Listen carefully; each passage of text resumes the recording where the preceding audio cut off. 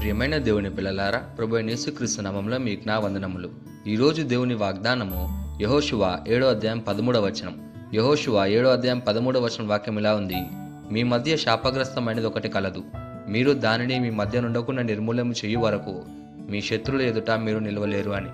ప్రియమైన సహోదరి సహోదరులారా, మనం చాలాసార్లు దేవుని ఇలా అడుగుతాం: ప్రభువా, ఎందుకు నా ప్రార్థనలకు జవాబు రావడం లేదు? ఎందుకు నా జీవితంలో వరుస ఓటములే? ఎందుకు శత్రువుల ఎదుట నేను నిలవలేకపోతున్నాను అని.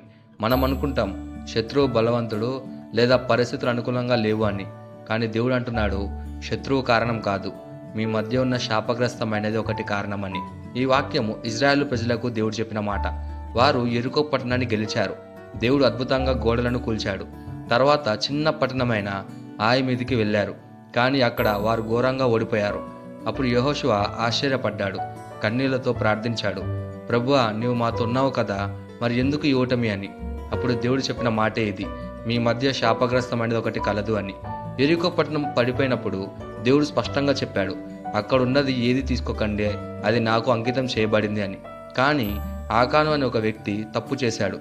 అదేంటంటే అక్కడున్న బంగారాన్ని చూశాడు, వెండిని చూశాడు, ఖరీదైన వస్త్రాన్ని చూశాడు. ఎవరు చూడడం లేదనుకొని వాటిని తీసుకొని తన గుడారంలో దాచుకున్నాడు. ఇది చిన్న పాపంలా కనిపించింది, కానీ దేవుని దృష్టిలో అది ఘోరమైన అవిధేయత. ఒక మనిషి పాపం మొత్తం జాతికి ఓటమి తెచ్చింది. ఆకాను చేసిన పాపం వల్ల యుద్ధంలో ఇజ్రాయెల్ ఓడిపోయారు. నిరపరాధులైన సైనికులు మరణించారు. దేవుని సన్నిధి తొలగిపోయింది. ఒకరి రహస్య పాపం మొత్తం సమాజాన్ని కూల్చివేసింది. దేవుడు ఆకాను పాపాన్ని బయట పెట్టాడు. అప్పుడేమైందంటే శాపగ్రస్తమైనది నిర్మూలన చేయబడింది. దేవుని కోపం తొలగింది. మళ్ళీ దేవుని సన్నిధి వచ్చింది. తర్వాత ఏ పట్టణం మీద ఓడిపోయారో మళ్ళీ అదే ఆయ పట్టణం మీద వారు గెలిచారు. పాపం పోయినప్పుడు విజయం వచ్చింది. కాబట్టి మనలో ఉన్న పాపాన్ని విడిచి పశ్చాత్తాపంతో దేవుని అడిగితే ఆయన క్షమిస్తాడు. పాపాన్ని దాచుకుంటే ఓటమి వస్తుంది. అదే పాపాన్ని విడిచిపెడితే విజయం వస్తుంది. ఈ వాక్యం మనకి ఏం చెప్తుందంటే, మన శత్రువులు ఎదుట మనం నిలవలేము. ఎందుకంటే ప్రార్థనలున్నా, ఉపవాసం ఉన్నా, సేవ ఉన్నా, హృదయంలో దాచుకున్న పాపం ఉంటే దేవుని సహాయం నిలిచిపోతుందని. కాబట్టి మన పాపాన్ని మనం తొలగించుకొని దేవునికి విధేయులుగా జీవిద్దాం. ఈ వాగ్దానాన్ని మన జీవితానికి ఎలా తీసుకోవాలంటే, మొదటిగా రహస్య పాపాన్ని నిర్లక్ష్యం చేయకూడదు. మనం అనుకుంటాం ఎవరూ చూడడం లేదు కదా అని, కానీ దేవుడు అంటున్నాడు, నేను చూస్తున్నాను అని. కాబట్టి జాగ్రత్తగా ఉండాలి. రెండోదిగా దేవుని స్వరాన్ని విన్నప్పుడు ఆలస్యం చేయకూడదు. దేవుడు చూపించిన పాపాన్ని దాచుకోకూడదు లేదా మరొకరిపైన నెట్టేయకూడదు. వెంటనే ఒప్పుకొని విడిచిపెట్టాలి. మూడోదిగా పరిశుద్ధత లేకుండా విజయం లేదు. దేవుడు పవిత్రుడు. పవిత్ర జీవితం లేకుండా స్థిరమైన విజయం లేదు.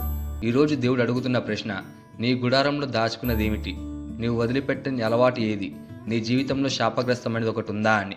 ఒప్పుకొని వాటిని విడిచిపెడదాం. అప్పుడు మనకు కూడా విజయం లభిస్తుంది. ఈ వాగ్దానాన్ని మనం స్వతంత్రించలాగా మనం ప్రార్థన చేద్దాం. మమ్మల్ని మిక్కిలిగా ప్రేమించిన ప్రియా పరలోకపు తండ్రి, నీకే కృతజ్ఞతాస్తుతులు వందనాలు చెల్లించుకుంటున్నాం ప్రభువా. ఈ రోజు నీ వాక్యం ద్వారా మాతో మాట్లాడినందుకు నీకే ధన్యవాదాలు చెల్లించుకుంటున్నాం ప్రభువా. మా జీవితాలలో నీకు ఇష్టం లేని ఏ పాపమైనా, ఏ అలవాటైనా నువ్వు చూపిస్తే దాన్ని విడిచిపెట్టే కృప మాకు అనుగ్రహించము ప్రభువా. రహస్యంగా దాచుకున్న వాటిని నీ సన్నిధిలో ఉంచి పరిశుద్ధతతో నడవాలని కోరుకుంటున్నాం ప్రభువా. మా జీవితాల్లోని శాపాన్ని తొలగించి మమ్మల్ని మళ్ళీ విజయ మార్గంలో నడిపించమని ప్రార్థిస్తూ యేసుక్రీస్తు నామములో అడుగుతున్నాం తండ్రి, ఆమెన్.